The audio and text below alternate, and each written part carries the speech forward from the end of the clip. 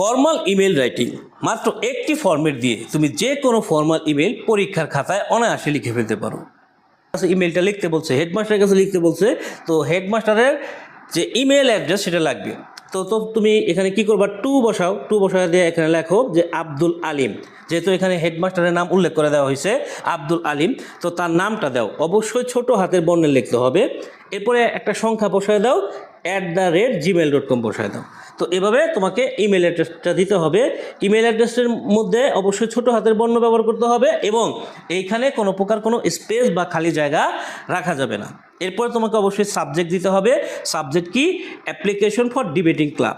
তারপরে তোমাকে সেন্ট বসাইতে হবে, ডিয়ার স্যার, প্রিয় মহোদয়, with due respect and humble submission, যথাবিহত সম্মান প্রদর্শন পূর্বক, আই বা উই, আমি বা আমরা, beg to draw your kind notice to the fact, আপনার সদয় দৃষ্টি জ্ঞাপন করছি, অ্যান্ড হোপ দ্যাট, এবং আশা করছি যে, this will be received under your favourable consideration, এটি আপনার অনুকূলে বিবেচিত হবে।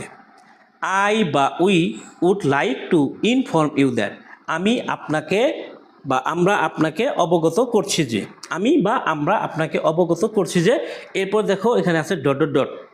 এই ডট ডট ডট অংশে কী হবে, যেই বিষয়ে তুমি